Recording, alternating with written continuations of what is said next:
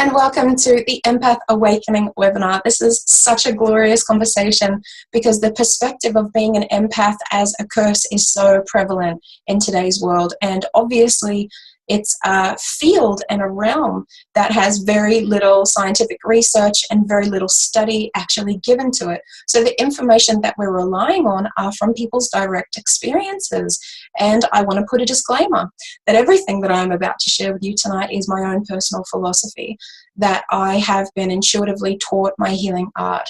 And if it wasn't for my own anxiety, I had intense pain in my tummy, and that was my call to awaken. And without that intense pain, I would not be here sharing these things with you tonight. This was not a desire to enter this field. This was a necessity.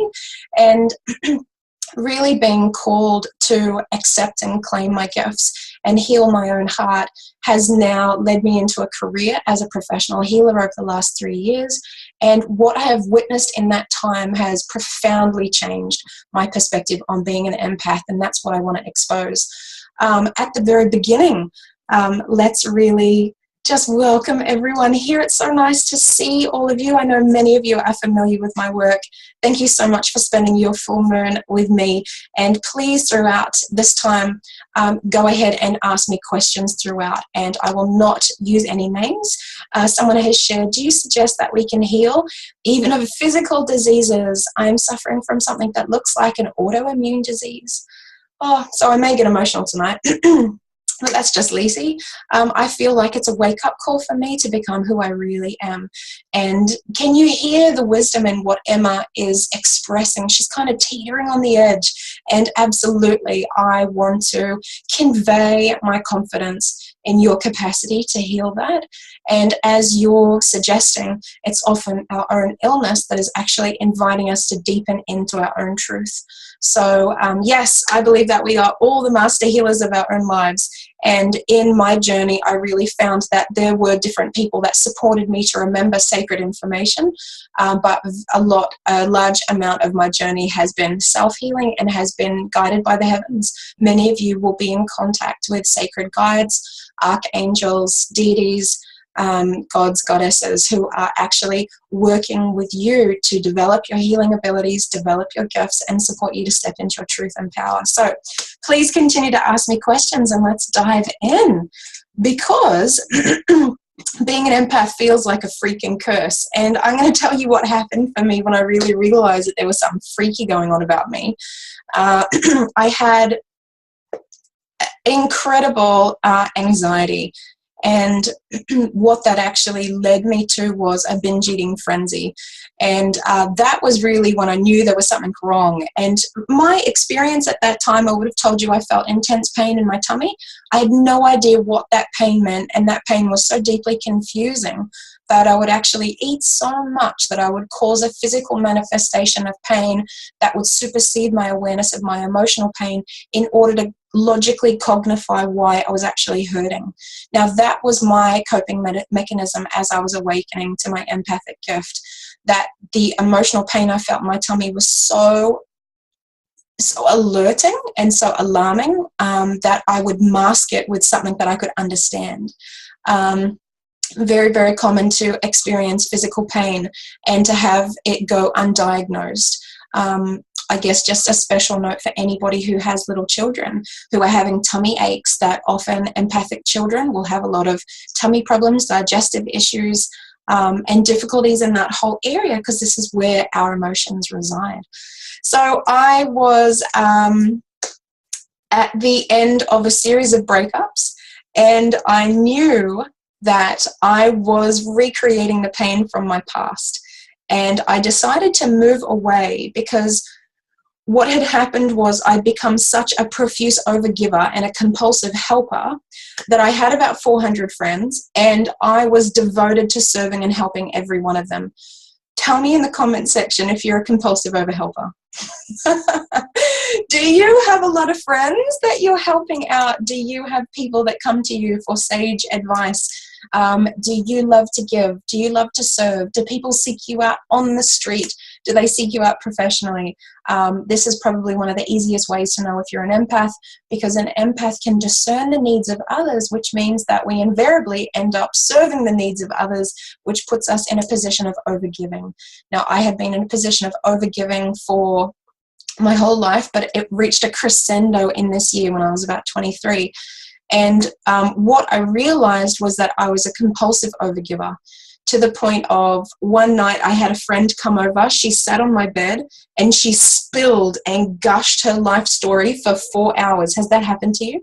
Have you had someone come up to you that you know or you don't know that has actually poured out their life story before you? If this is happening, you're probably an empath.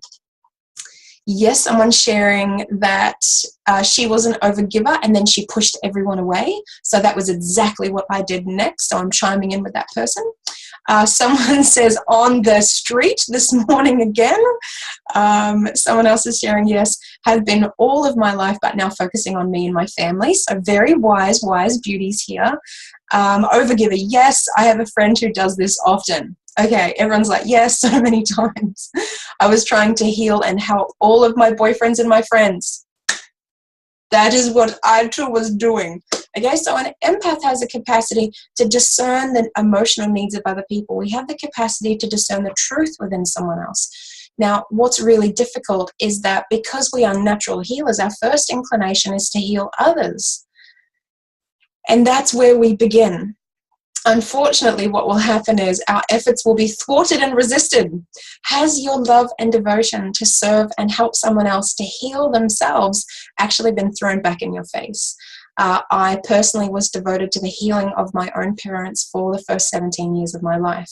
I was always attempting to improve the conditions of their lives. And as a little girl, I could comprehend my parents in a way that nobody else could. Have you been able to read people, understand people, know people, get people in a way that no one else can? And the reason why we can do this is that being an empath is actually a psychic gift. And when I talk about being psychic, I'm talking about accessing otherworldly information. So being an empath actually means that we can tune into the thoughts of somebody else, that we can tune into the feelings of someone else, and most importantly, that we can tune into their soul information. So we are seeing the truth, but often the people that we're serving can't see it for themselves. Who knows what I'm talking about? So I might just happen to sing a little bit. But we will begin by looking at how an empath will actually attempt to seek out lovers that they can heal. And I tell you, this is so important, why it's important to acknowledge your gifts. Because if you don't acknowledge your gift, you will seek out unconsciously or consciously to heal everyone in your life, particularly lovers, particularly family members. Then you'll turn to friends. Okay? Now, please beware. I'm like, buyer beware. Do you get what I mean? That my agenda here tonight is to convey to you that being an empath makes you a natural healer. We are each the master healers of our own hearts, our own lives. But we will begin by attempting to heal other people. And by the end of tonight, what I'm going to be conveying to you is that the more you can lovingly witness others, see them for who they truly are, and then walk away and heal the aspect within ourselves that we first saw in them. If you can do that, you will actually be returning to your truth to a point where other people will actually sense that it is so safe and it is so magnificent to be deeply at home in their own soul truth that they will remember they have the capacity to take themselves there. And that is the vision that I want to bring before you. And you can hear the trepidation in my voice because the last 10 years have been so difficult for me. And I just thought I was doomed. I was in a living hell for that first 6 years of my life. And I just have so much joy conveying that if we can witness everyone around us, we see everything. If we can witness it with compassion and recognize where we're triggered, where we are wounded, if we can claim what we're seeing in the mirror and heal our own hearts, what it will actually allow us to do is offer a presence that will activate the healer within someone else. Gosh, I'm excited to be sharing this. So I was sharing my story of this lady who for 4 hours, this happened on New Year's Eve, was just gushing and gushing her story. And she was gushing her story, and I thought, I'll just listen for a little bit longer and she's going to hit the spot. Like, I'm just going to love her and it's going to hit the spot. And like hours were passing by and she just kept on bringing forward more. Have you been in that place? So I'm going to go over and have a little bit of a look here. Yes, looked for boyfriends that were broken and depressed. All hail everyone who has sought out the wounded man. Really own and recognize that if you are seeking out the wounded, you are a healer. Okay, let yourself own that. Someone sharing, yes, online, I run a Facebook group and get lots of messages and requests for help. Dad said I would bring home strays. All of my boyfriends needed help. Oh, bless your heart. I used to bring home strays too. Oh, we're with our tribe, aren't we? We are here with our tribe. Okay, so someone's asking, do we see in others what echoes in us? Yes. When you are awakening to your empathic gift, what you will first be confronted by is your own pain. Now, my experience of this was when I first realized that there was something freaky deaky wrong with me. I was in a shopping mall in Cairns in northern Queensland in Australia.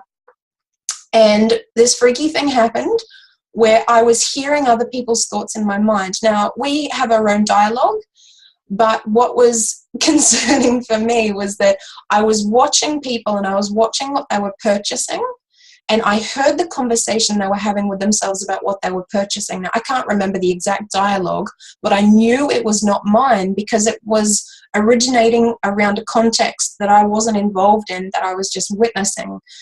Now, what happened next freaked me out more was that, you know how when we're in shops, everyone's like, oh, hi, how are you? And like, oh, I'm good. What about you? Oh, I love this. It's so good. Do you have this in blue? And we have this superficial conversation based on facades. I was seeing this happen while I was feeling emotionally what was really going on with these people. And the overarching theme was misery. What I was witnessing, that these people were deeply miserable and that they were seeking to obtain items that would momentarily distract themselves from their own pain and suffering. Just pausing, because that was big to say. And I walked away and I thought, either I am completely stark raving mad, or there's something very interesting happening. Now, there are some people that when they awaken to their gifts actually lock them away. They want a nice, snuggly white coat. They seek out medication. They seek out doctors. Now, I had always been intuitive, and so I actually was more erring on the side of, instead of concluding I was stark raving mad, that there might actually be something interesting going on. So I started to play with it, and I started experimenting with it. Okay. So let's keep going. Someone is saying privately, so much of what I'm saying is helping someone else to make sense of their experience. That's beautiful. Totally. And this was about a friend's newfound sex life and explicit details. Oh my gosh, are we privy, hey? Really feel what you're saying here, Kathy. There's nothing that we're not privy to. This would be like the best reality TV show. Like everyone would be feasting on this stuff if there was a reality TV show where people didn't know that their own thoughts were being exposed. But this is our lives. This is what we live in. Someone's sharing, I had almost the same experience. It was so loud and absolutely terrifying. I was in my teens. I ran to the car crying, shaking. I was medicated. I'm hearing you, beautiful. Okay, someone's sharing, I have totally blocked it and it was too overwhelming. So I just want to acknowledge that this is a process that we will all go through of awakening and recognizing the gift. As a child, I thought everyone could do this, so I didn't think it was anything. But then the more you listen to other people, you kind of become indoctrinated in that societal view, and then you start realizing that you're doing something that not many other people are doing, and more importantly, that not many people believe can be done. Someone sharing, I don't like to look at people in the bus or on the street because I block people, because I feel how unhappy they are, because I never thought I'm an empath. I'm hearing you and I'm hugging you and I'm loving you. So once again, remember that when you first realize that you can do this, the natural thing that you're going to do is block it, And so really hold yourself in compassion, because it is absolutely overwhelming. And I actually retreated from people. I took a job in a place where I didn't have very much interaction with people. I sold dresses. It was so fun because people would come in the door and I'd just read them, and I would go through all of my stock and really think of 2 or 3 dresses that I knew they would love. And I was like that magical shop assistant that would give people like the perfect dress, and I'd hold up 2 dresses, and I had all these favorite customers that would come to me time and time again because I did such a good job, because I could read them. So what I did was I put myself in an environment where I could narrow down the bandwidth of the information that I could access, and I started playing with it. And I would practice telling people the things that I knew they wanted to hear. I would start confirming them gently and start suggesting things. And what I saw was that I had a capacity to light people up, that I had a capacity to help people feel known, that people felt safe with me. Have you felt this way? Have you noticed that you have the ability to help other people feel safe? If I have squashed it, can I regain it, or is it lost? Fear not, darling one. It is not lost. We can absolutely regain it, but what's most important is to put ourselves in a good position before we attempt to do that. Okay, someone sharing, people spill all to me and then pull away. Oh, who's been dumped upon? Who's had like the psychic dump where people purge themselves? They go, there's something in the air. I sense there's something valuable about this person. I'm going to unload all of the crap from my earthly experience and just lay it before this person and then walk away. Who has had someone dump about 10 kilos of rubbish on them and then walk away and they go, thank you so much, I feel so much better. And you're like, oh God. It happened to me so many times. We're getting, yes, the purge and run. The purge and run. We have to talk about that. That's a whole blog topic now. The purge and run. Someone's saying yes. Someone's saying dumped on me. Okay. My goodness, hey. So the problems and challenges that we face are very unique to us. And remember, if we share this with other people, they are going to insinuate that we are crazy, that we do need help, and that there's something chemically wrong with us. And I want to entirely disagree. I reached out to a Gestalt therapist who just didn't understand me. I reached out to a few different professionals from different paradigms, and no one could actually explain what was happening for me, which was a huge blessing, because it means that I didn't seek to comprehend what was happening to me from an external authority. I actually realized that I had to figure this out on my own, which birthed my career unknowingly. The intention of tonight is to really invite you to have more compassion, understanding, and acceptance towards yourself and your empathic nature. This is a gift. If it is not protected, it will be a curse, and you will bear the brunt of many unfortunate consequences of the gift, which encourages us to get really good at taking care of ourselves. I want to turn the burden of being an empath into the exercise of your healing power and offer those short tracks and essential self-care. So can you type in who is a famous empath? I'm going to tell you 2 of the most famous empaths that I know. One is Deanna Troi. Are there any other Star Trek fans? Please save me. I'm talking Next Generation. I'm talking Jean-Luc Picard as the captain, and he had a counselor beside him with dark hair, gorgeous hourglass figure, and her name was Deanna Troi. And Deanna Troi would actually emotionally read any of the aliens or people that he would contact through his space travel, and she would actually tell him whether they were telling the truth or not, and be able to relay whether they were a real person or not. So does anyone know Deanna Troi? It's like party of one over here. That's okay. Another really famous empath is Adele. If you notice, Adele has the capacity to emotionally lead people through a transformational process. She's actually helping people to transmute their emotions. Who's noticed that? Yes, someone saying, I knew it. Someone else is sharing,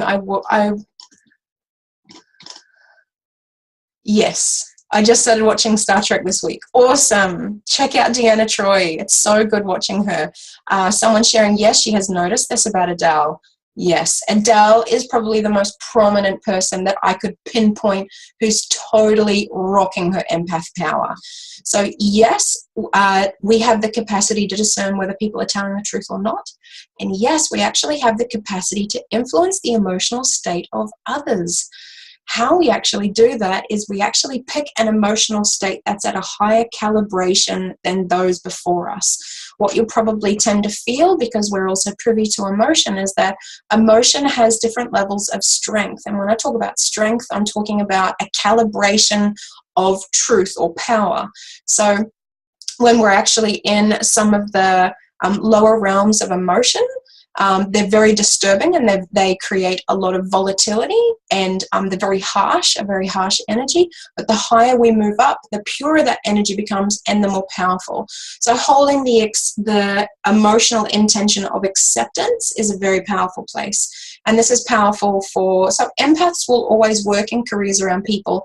They will be teachers, they will be nannies, nurses, admin, trainers, facilitators, speakers.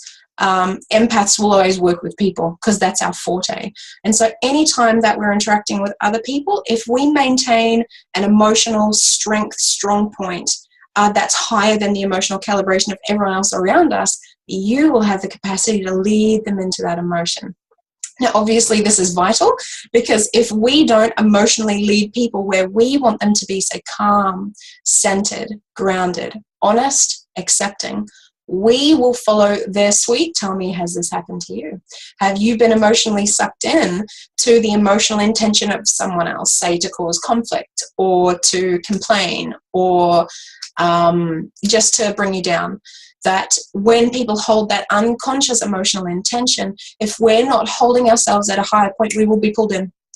I have been pulled in. And this is why I spend so much time really being centered and calm, loving and accepting, because that means that that emotional point will actually influence more than any other one. Ed Sheeran, very good. Thank you for sharing that. Ed Sheeran does an amazing job of this. Very, very well said. Great. Someone's saying that, dang, that woman made me bawl my eyes out at a concert and I wouldn't have paid to see her live.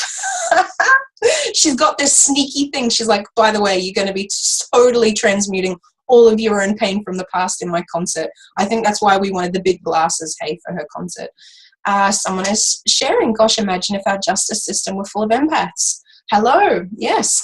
There's actually many people that are inclined towards politics, and definitely social services are full of empaths because they can do amazing work there. Okay, someone's sharing that I do this in an emotional situation but find it difficult in normal situations. You don't find it difficult, you just haven't realized how important it is. That in a crisis, an empath will actually sense what's needed and will actually generate that. What that takes, though, is an emotional, energetic investment. So that is going to take focus and energy from you. And so very often after the crisis is passed through, you're going to be feeling drained. What I like to do is set my emotional calibration every day at acceptance, and that's very easy to maintain. And I find it just protects me in all places, that I won't be able to be pulled into any other emotional states. Yay, someone's sharing I'm getting better at this. When everyone is going crazy, I focus. No idea how. I'm usually the anxious one. So my husband and I have a joke that if one of us is worried, the other one won't be. So we're never up the creek, because whoever's freaking out, the other one will be holding that space for everything will be okay and calm. Someone's saying, can you stay centered when your kids lose their minds? I'm struggling in the evenings on my own, caring for my big tribe. Evenings is a challenging time. And what I would say is that there will be things that you can place earlier in your day to actually set that calibration from your morning. If you're a gifted empath, your children are very often gifted empaths. So the better you take care of your own emotions, the better your children will actually mimic this, and they're going to settle down and be more calm as well. Someone sharing, my boss is a panicker. Her voice rises and she rushes. I pick it up and stress out and get upset, as even if I was having a great day. And so you're just not used to holding it. And with an empath, the really interesting thing is that Okay, so we're witnessing all of this stuff all the time. Now, if we're not healing our own wounding and our own experiences from the past, what will actually happen is that other people's pain will plug into our pain. And that is what will actually be happening for you, sweetheart, is that when we think that other people are our responsibility, that's a common wound that needs to be healed within empaths. So we need to remember our jurisdiction is ourselves, that we can only heal our own hearts and we can only improve our own lives, that gives us a better capacity to witness without attachment and association to feeling inherently unconsciously responsible for that other person's emotional state. So how does this sound for you, darling one? Marilyn Monroe comes to mind. I always think how things could have been different for her if she was supported with her gift instead of the meds, addiction, and ridicule.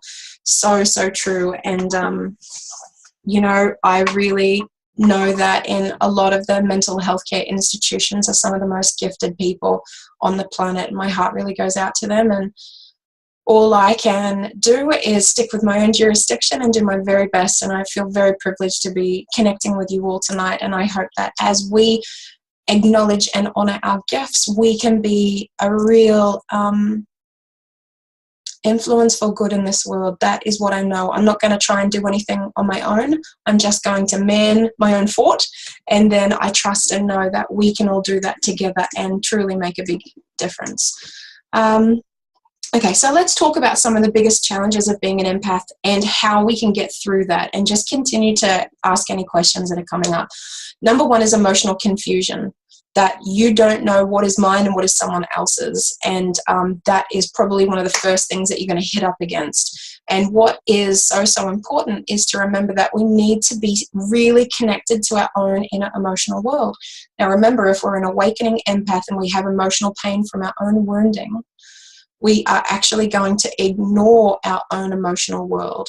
Okay, so there's a real tendency for empaths to want to help everyone else with their problems because we don't want to face our own. Okay, so this is part of that compulsive overgiving, is that we would way prefer to hang out with the emotional problems of other people and face our own. It's way more enjoyable. So the way that you really get through this emotional confusion is making sure that you're really being connected to your own emotional world, naming what you're feeling. Anger, sadness. The more we can actually connect with our own feelings, they will actually soften. And if we can be loving and accepting that we just feel what we feel, and it's normal and natural to feel all of these feelings, if you feel them enough, they'll actually pass. One of the things that has really changed my perspective on emotions is understanding that it is communication from our own soul. And if we understand that our emotions are helping us to know who we are, all of a sudden it becomes so worthwhile to pay attention to them. Sadness lets us know what we truly value in life. Anger lets us know how to hold ourselves in honor. Jealousy helps us uncover repressed and ignored desire. So for me, I used to hate feeling my feelings, and I tried every avoidance strategy in the book. And then I realized that the information that I was getting was actually inherently essential to my self-healing, to the remembrance of my truth, and to the guiding me on my path. Have you found that? Do you believe me when I say that our emotions are communication from our own soul? And does that not make it more valuable and worthwhile to pay attention to? Okay. So someone's sharing, and I'm going to honor her by reading this out, that the meds that one person was given made her numb, and she wanted to die. The worst of my gift was better than feeling nothing. I'm glad I got out of it. That's part of the reason why she went into natural health. That a lot of the philosophy is that the problem is the emotion, and that's not the truth. Our emotions are actually communicating a guidance system of how to self-heal, but not many people know that. So when we're actually numbing our emotions, and I advocate anyone to trust themselves to use any medication they need to by themselves through a certain period of times. Long-term dependency will actually numb you to the very information that will allow you to heal your heart and the true cause of the pain. So someone's just acknowledging that previous person that shared and just saying really brave. Great question here. Do we have to work with people to feel fulfilled, or can we work on our own? Absolutely, we can work on our own to feel fulfilled. don't need to be directly connected to other people, but we want to create something that makes a difference. So even if there's not people around you, you're still going to want to create something that will actually serve and support other humans. So moving on to the second problem, there's going to be 5 we look at. And the second problem that empaths are going to be facing is emotional overwhelm, feeling too full of feelings and just needing to lie down. And there's actually many illnesses. A lot of autoimmune illnesses are actually the rejection of self. And when that is so deeply held in the belief system, your body will start fighting itself. So anyone who is struggling with autoimmune challenges, accepting who we are, acknowledging our gifts is a powerful way that we can begin our self-healing. So I talk and teach about reconciling our emotions. And I will spend 30 minutes journaling every day, that when an experience comes up, I actually have to define it and I have to tell myself the truth about what it meant. And as I can tell myself the truth about what an experience meant to me, it's like it's reconciled and it's filed. Now, a lot of people have years of unreconciled experiences that still sit in their tummy. And the more we haven't processed our own life, the cloudier it is to actually perceive someone else. So this is why it's so valuable to clear our own inner emotional world so we can actually truly look into another. We have a lot of social phobias where we want to avoid being around people, especially crowds. So when we don't realize that we're an empath and we're sensing all these things that are scary and that are worrying and that make us question our own sanity, really, really important that people can acknowledge and honor that they are empaths and that this is life. This is life as an empath. And why I want to relay some of your capacities is so that you're more willing to accept some of the initial unfortunate reality of your life as an empath. So for me, every day, I'm making sure that I'm honoring my boundaries, that I'm witnessing without personalizing, that I am seeing what's happening for other people without making it about me, that when people walk away from me, that when people call me names, that when people make judgments on me, to be able to consciously recognize that that actually has nothing to do with the soul that I am, and that what I'm actually witnessing is the wounding within that other person that they are attempting to project onto me. Please be mindful that an empath has the capacity to trigger the wounded more than anybody else. You would think that someone kind of wanting to kind of make a bit of a fight would be more provocative for someone. But the truth is that an empath is a truth bringer. Whether you bring that through your presence or your word or your insight, that truth bringers trigger the wounded because they will feel it's an attack because you're disrupting their status quo perspective. Okay? So someone sharing, that's me. I'm afraid of where the gift might lead. Well, I'm 10 years in, beautiful one, and I want to go, is leading you to a beautiful, magical place where you can actually hold yourself in your truth while offering that to everyone around you. So 4th problem is emotional pain. And the antidote for that emotional pain is I teach that emotional pain is actually our own soul attempting to get our attention. Ian Levenzan, a powerful coach over in the US, says that pain means pay attention inside now. And as long as we ignore any emotional pain, it will actually increase in intensity. That I know how scary it is. But I want to be here to encourage you that you would not be facing something that you don't have the capacity to face, and that that pain is actually an invitation to look within yourself. That as we heal our own hearts and as we learn how to just compassionately witness others, that emotional pain will subside. And 3 years ago, I reached the place where I actually stopped feeling other people's pain within my own body in my personal healing work. I knew what it was. I didn't need to feel it anymore because I was so aware of the feelings confirming for me what had happened to that person. I didn't have to personally experience their pain in order to comprehend it and understand it. Any questions about this? Goodness me, how's everyone doing? I'll just give you a little pause and just let you kind of check in and go, how am I doing? Are there any questions surfacing now? Really, really exciting that this content is the agenda of my next book. But I'm currently working on my 3rd book, and it's all about Empath Essentials, teaching people how to cultivate healing presence. So really excited to be sharing this with you tonight, developing the content and getting ready to be able to start talking more publicly about this. This is my first time, and I feel like I'm so confronted because other people are going to be like, how do you know this? And all I've got is my own experience with my own life and serving my clients that have trusted me. So yeah, someone sharing, I want to get to that point, feeling all the pain is so draining. Someone sharing, I feel others' pain, so I've learned to ask if this is my pain or someone else's. She's saying it only took her 37 years. Very, very good. Someone sharing, I'm leading this group at work and I was wondering why I had been finding it so hard. I'm triggering their wounds. Makes so much sense. Well done. Beautiful. Okay, great. Wonderful to hear how you guys are doing. I agree with triggering of wounds and about being a truth bringer. Beautiful. Someone sharing, would you advise techniques aimed at freeing emotions stuck in the body, or should I just work through them on my own? Okay, I think there's so many modalities for emotional release, and what I really want to convey is that you have to find what works for you.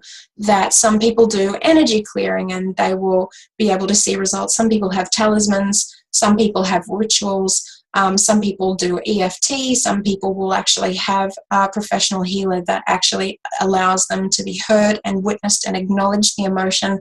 The key that I have recognized for myself personally is that acknowledgement is 90%. That if we don't acknowledge our feelings, they will stay embedded.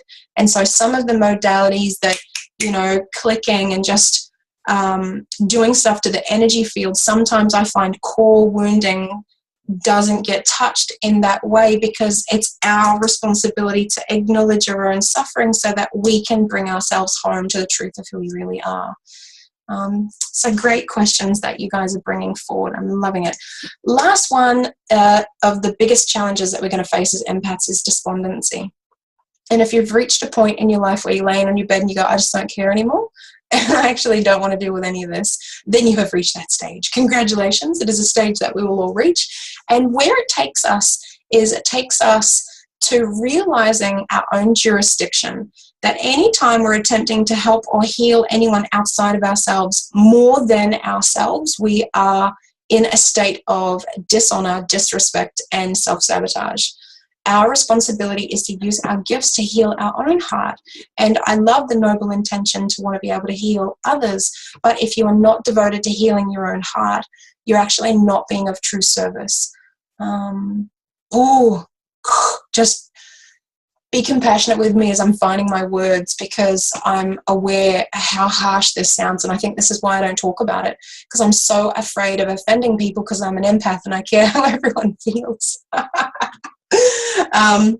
But I'm here with you guys because I know that you are my tribe and you understand me, and I love all of you so much that I want to trust you with the truth that I perceive. And please remember that this is only my opinion, and if it doesn't resonate with you, please just let it go and let it fall over. I just hope that by sharing what I'm sharing, I might be able to be of assistance for someone else on this really difficult journey that we're having as empaths. Someone said, rip the Band-Aid, I'm ready. Woo! Someone else is sharing catch-22. Ha, ha, ha. I'm coming out of that stage. That's really beautiful. Wonderful.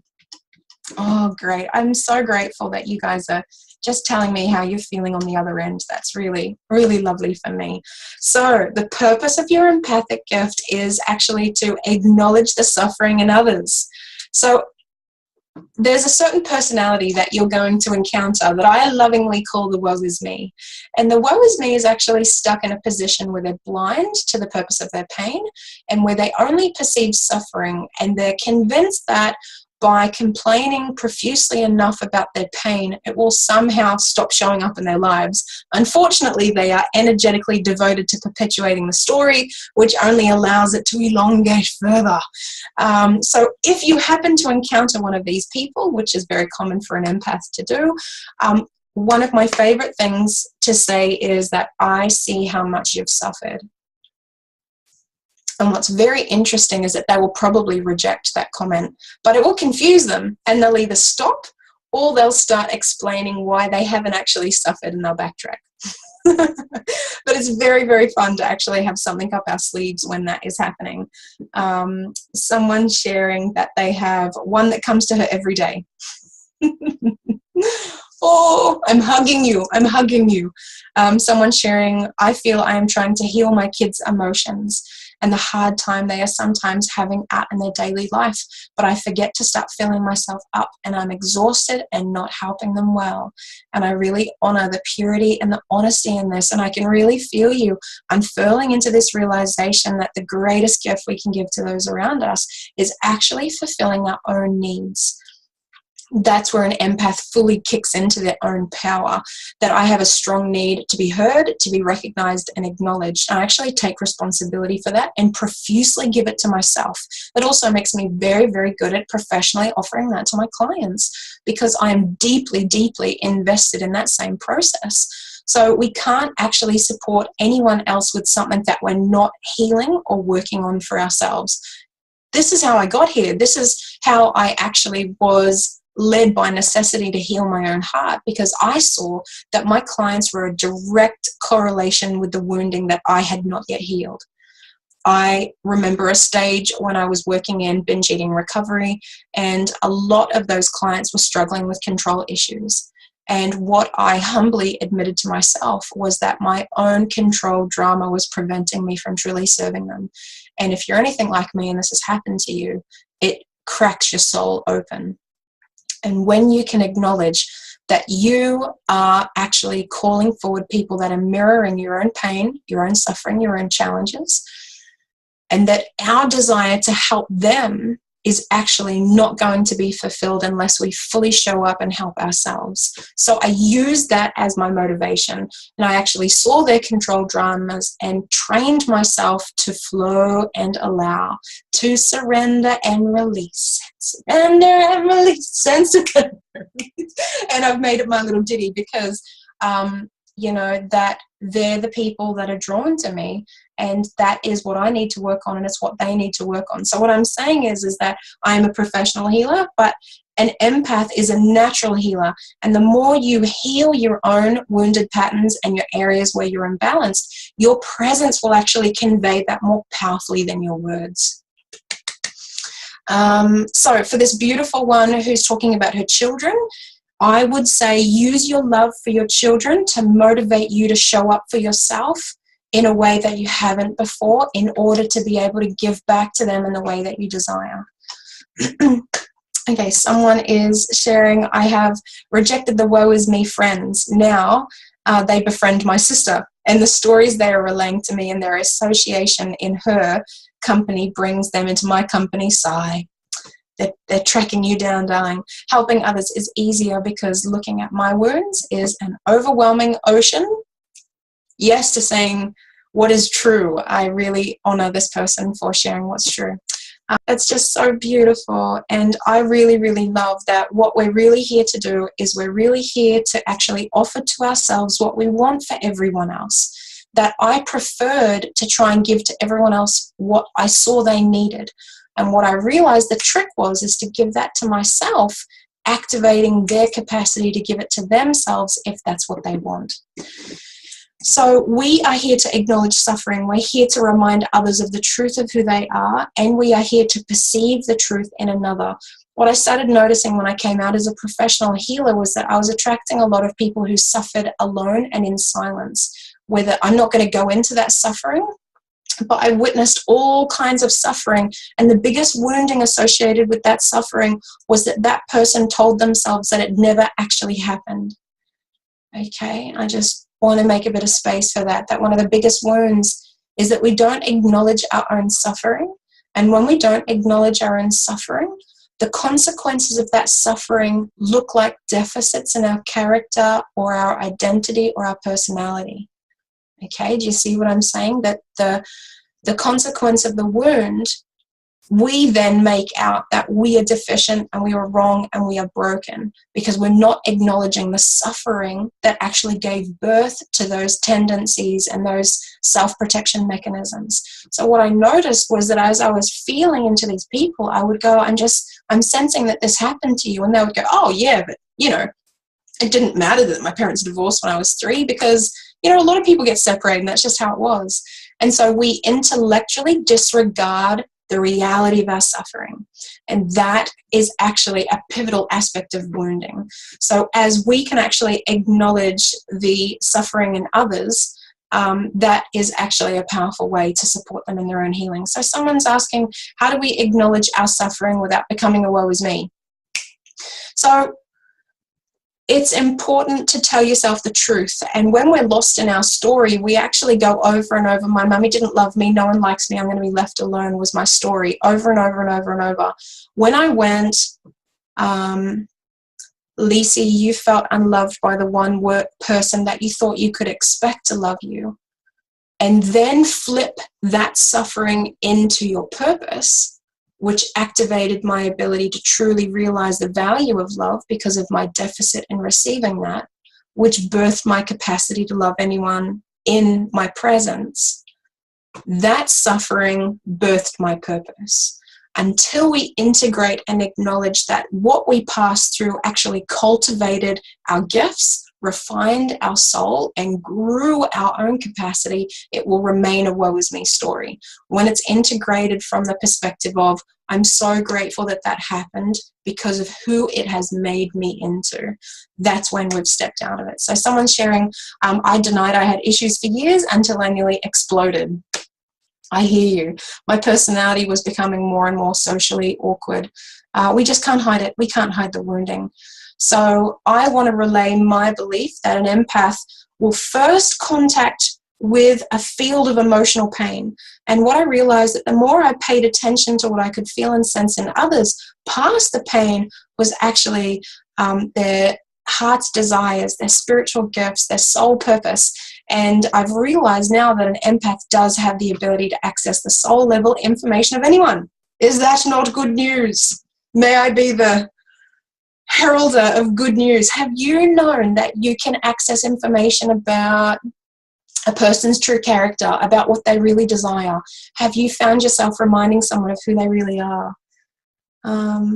What a blessing. This is our capacity, lovely ones. I love this quote from Marianne Williamson that as we let our own light shine, we unconsciously give permission for everyone else to do the same. Have you noticed that the more you step into your truth, the more people will leave you? I have been left and abandoned by family members, by friends, by people that I thought were the only people in the world that I could rely upon. And I'm so grateful that I realized I was the only person that could stand with myself, and I decided to make that choice. I decided I would prefer to be true to who I am and lose everyone than try to accommodate everybody else and lose myself. That's actually what I did. I totally lost any connection with the truth of who I was in my compulsive overgiving and my chameleon capacity to adapt to the needs of anyone before me. What I realized was that I would prefer to stay with myself and not live in pain than actually live in pain while accommodating everyone else. Okay, so someone sharing, that's so cool. Truth alert, exclamation. Yes, but knowing them so deeply without them saying anything feels so intimate and makes me uncomfortable. And that's why, you know, investing our gifts in the people that are closest to us is easiest first. And I find the best thing to do really, if you're wanting to play with this, is actually ask permission. People feel our gifts are very invasive and we terrify people. Just being who you are, people can sense that you know things about them that they aren't even really clear about for themselves. So please understand that you are so ominous and so scary for so many people. And I find it's just so much easier just to love people with compassion and to say, would you be open to me relaying a little bit of what I sense about you? I actually have this ability to read people's hearts. Everyone knows that I do this professionally. Would you be okay for me to share what I have to say? And that's really, really nice. Someone's sharing, that's where I am now. Okay, wonderful. Someone said, power to Lysa. Thank you. Yes, I want to be myself. I still need to work on the saying no part. The reason why we don't want to say no is that we don't want to let other people down because we actually feel the consequences of that in our own body. So we try to bypass that by making them happy, but it doesn't actually work because we can only ever make ourselves happy. So we just have to go through a few times until we lock in that, no, my jurisdiction is me. That's what, like, I want that to be your theme. My jurisdiction is me. I can only make improvements on myself. And I can invite other people to heal themselves and to step deeper into their truth. But okay, so someone's asking, what do you do when you gather up those who don't know they are empaths and who refuse to acknowledge that they are absorbing stuff from others? I'm used to people floating through my life that need to grow, and in exchange, they help me grow more. I have this person that is totally drawn to me. He's teaching me to grow, and he's resistant to my lessons. So frustrating. Do I just need to let him go? This is really, really important to understand that we always want more for people than we want for ourselves. When you are in that position, people will resist you because it's not right on a soul level. We are not living in honor. Unless we place emphasis on giving ourselves the best, then we'll be able to genuinely ask if we can serve them and genuinely offer them help while honoring their capacity to refuse it. We're not really loving people if we actually think we have a better plan for them than they want for themselves. That is, it's just soul dishonoring. And it comes from a really good place where we want to take people out of their pain, where we can see, oh, if you just did this, I don't know how many times I felt like, oh, if you just did this, and then think about in your own life, moving from control to allowing. Now, we can verbalize that very easily, but that actual emotional process of shifting yourself from control to allowing is very difficult. Okay, just because you can see the answers and the ways forward for other people doesn't make it any easier for them to actually make that happen. So once again, coming back to we are the master healers of our own lives, we can only invite other people. Anytime that you are insisting or encouraging or, you know, really wanting more for someone else than you want for yourself, they will resist you. Does anyone have experiences of that? Do you concur? Do you disagree? Please allow yourself to be honest with me. Okay, this is why I feel like people avoid me. Well, it's definitely why people avoid me. There are a whole host of people that avoid me for this very reason.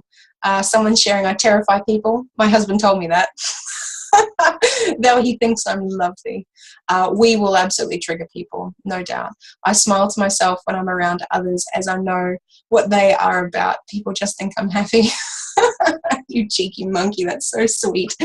Yeah, great way of looking at it. I'm really proud of you. Someone said, I suddenly had a thought. I think my husband is an empath too and can see what others are capable of. I think that is why we have been bumping heads, because we see that each of us isn't living to our full potential. Amazing. So true. So much conflict in marriage because two empaths will actually see the other person's fullest potential. And if we try to encourage them into that without stepping into it ourselves, there will be discord and resistance. Someone's sharing, why is it easier to try this out with people close to you first? That feels more risky. There's more to lose. I find it much easier to be honest with people I don't know. I'm wondering if I'm missing the point. I mean, this is really about our actual relationships with the people that we consider close. Just because someone's close to you doesn't actually mean that they're emotionally receptive to you or capable of trusting you. The real element I want you to think about is trust. And sometimes we have more trust with a stranger where we can walk away than we do with, say, a family member or a close-knit group of friends. So absolutely. Just go for someone that you trust. What I look for is someone that can actually tell me the truth, because you don't want people just to tell you what you want to hear. You want to actually have someone give you the truth, and strangers are actually sometimes very good at telling us the truth. Bless their hearts. Someone sharing, my son has become very emotional when he hears music. When my dad plays Cat Stevens on guitar, he cries and asks him to stop playing. He's an empath. Very good. Yay, someone saying, yes, perfectly said.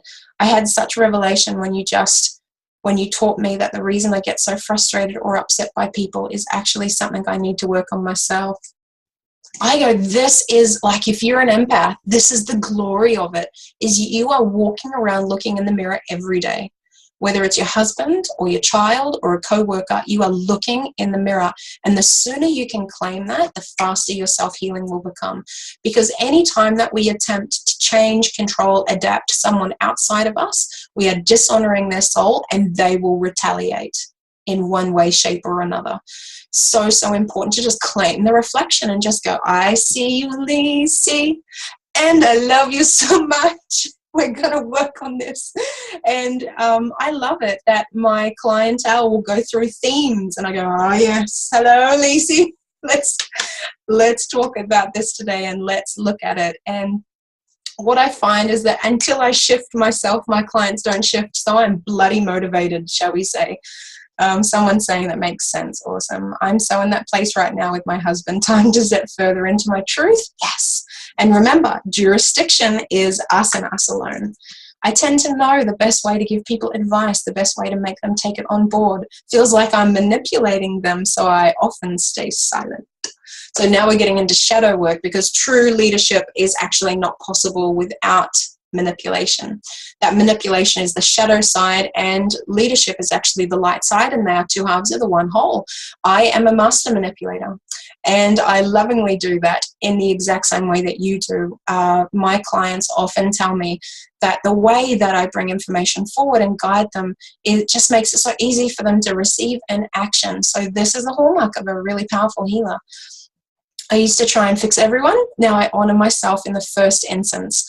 I have now let go of all of these pet projects. Oh, I love that term. And have genuine people or clients turning up who are willing to deal with their issues. And that's why it's so, so powerful, is that as we show up committed to healing our own hearts, we actually attract people who are actually invested in doing their own healing. So the person before who said they're spending time with this guy who is, you know, trying to help him and teach him, is that he's picking up on that and you're not honoring him. And that as you can bring that back to yourself, if you just even spent a little bit of time working on what you can see in him, I promise you'll see him shift and it'll blow your mind. And it's so fun. Like, it's so fun when you see that. Happy dance for Lysa over here. Okay, so we are right at the end now, and I guess I just want to talk about these 8 stages of development. I'll just say them very, very quickly, that this is exactly what we're talking about right now. The idea that we must help them needs to be leaned into, I must help myself. As we can see the pain in others, we need to use that to heal our own pain. As we need to help others, because remember, our emotional state is very heavily influenced by the emotions of others, we think we need to help other people feel better in order to feel good. That is a lie. We only have power to help ourselves feel good. So instead of needing to help others, we need to trust them, okay, with their experiences. Instead of fixing feelings, we need to feel feelings. Instead of forcing change, we need to invite change. Instead of saving souls, we need to witness souls. And in order to actually learn from pain, we need to stop reacting to pain. So I studied world politics at university, and I was going to heal the world, make it a better place. And what I realized was that I needed to heal my own heart. And I truly believe that every one of you has the capacity to heal your own heart. And that was the topic of my first book, Healing Our Hearts, the 13 Principles of Emotional Self-Healing, where I actually share the guidelines for how we can actually look at our own pain, our own emotional state, and actually use that to tell ourselves the truth.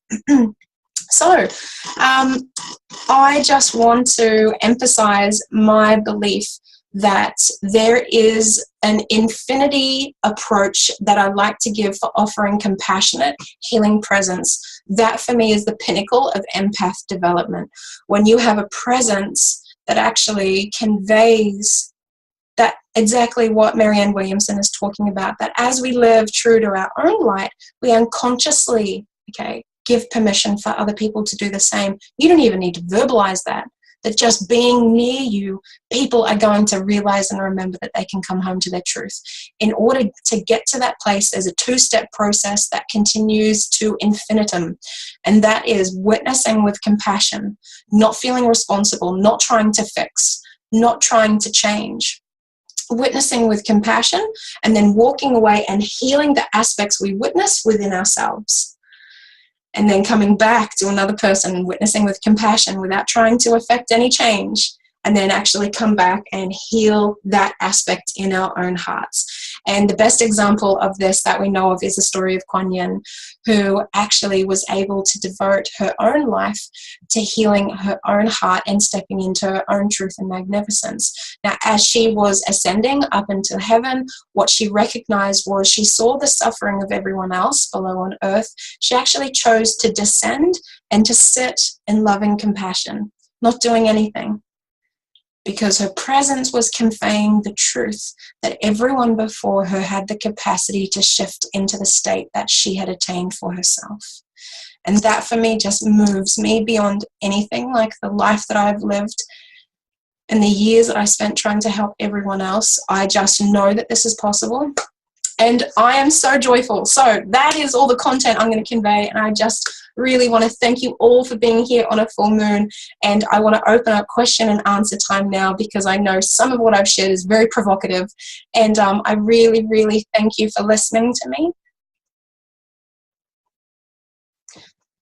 I've been really frightened to talk about this for so long because I always trigger the wounded, and I just am so frightened of releasing this next book because I haven't heard anybody teach what I want to share, and my ego is telling me, how the hell would you know this stuff, and who the hell are you to teach other people this? But I know the pain that I've been through, and I know what's possible for all of us as empaths, and I just want to express my gratitude that you're all here and that you've been able to listen to this, and I hope that in some way, shape or form it really serves you on your path, that you can realize you can just be who you are, and that will affect change in everyone around you. So thank you so much for listening.